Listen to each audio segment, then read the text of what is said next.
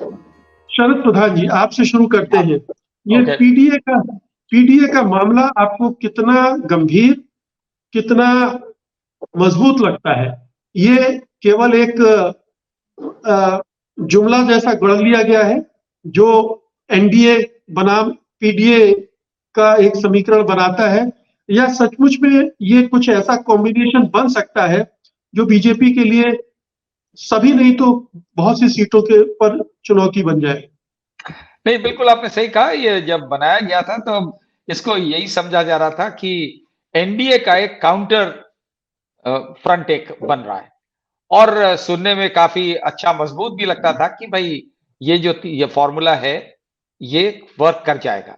लेकिन कोई भी फ़ॉर्मूला हो, उसको वर्क करने के लिए मुकेश ज़रूरी है कि उसके लिए उतना एफ़र्ट डाला जाए, उतनी मेहनत करी जाए।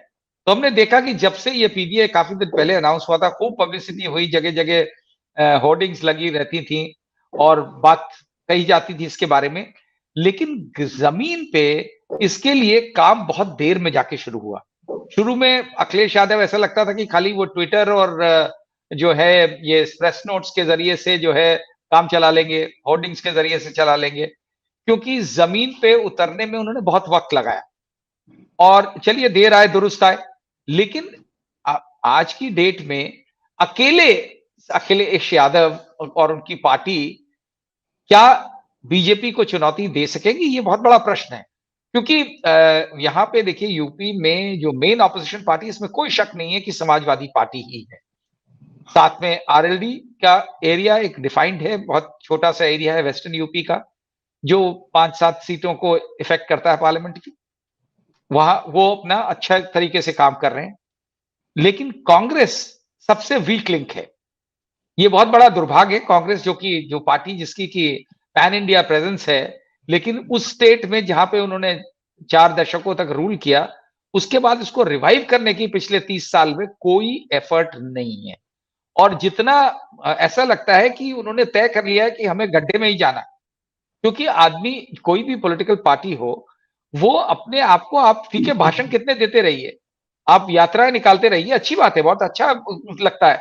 लेकिन ज़मीन पे आपको अपना दिखना चाहिए। आपके पास आदमी होने चाहिए, आपके पास तो टिकट देने वाले लोग नहीं है। और सबसे बड़ा दुर्भाग्य ये है कि बार-बार वहाँ बदल देते हैं, थोड़े-थोड़े दिन पे वो जी। प्रेज़िडेंट बदल देते हैं, सोचते हैं प्रेज़िडेंट बदल दिया, हो गया पार्टी बन गई। फिर तो उसका चेहरा पसंद नहीं आया, फिर उसको बदल दिया। जब तक वो सेटल होता है तब तो बदल देते हैं। तो इस बार जब अजय राय को बनाया तो लगता था कि ये ज़मीन पे कुछ काम करेंगे, यहीं के हैं, फिर वही शुरू हो गया। इससे पहले प्रियंका गांधी एक टूरिस्ट पॉलिटिकल लीडर की शरद, तरह से आई। लेकिन धुरी धुरी समाजवादी पार्टी, अगर इंडिया बिल्कुल। गठबंधन बनता है, तो क्या हुँ। समाजवादी पार्टी उस धुरी के रूप में बाकी समुदायों को एकजुट करने में, ये क्या अपील कर, उसका कुछ आकर्षण हो सकता है क्या? नहीं मतलब आकर्षण, ठीक है, वही मैं कह जो रहा हूँ ना कि लोग। कमी सबसे बड़ी ये है आज तक तो जो मुस्लिम वोट, जो कि उनका कोर सपोर्ट बेस रहा है समाजवादी पार्टी का और वो बड़ी सिस्टमैटिकली मुलायम सिंह यादव ने बिल्ड किया था, उसको मेंटेन करने के लिए ही अखिलेश यादव ने डिजायर्ड एफर्ट नहीं किया है। और अब जब सर पे इलेक्शन आ गया, आप कह रहे हैं ना कि जब इंडिया इलेक्शन बन जाए, दूसरी पार्टी तो पूरी तैयारी करी हुई बूथ लेवल पे काम कर रही है। उनका तरीके आपको मालूम है क्या-क्या नहीं करते, कौन-कौन से हथकंडे नहीं अपनाते हैं। और यहाँ पे जो विपक्ष है और जो मेन विपक्ष है, वो अभी तक इस उसमें नहीं दिखता है इस फ्रेम में कि इकट्ठा हो पाए, सबको इकट्ठा कर पाए।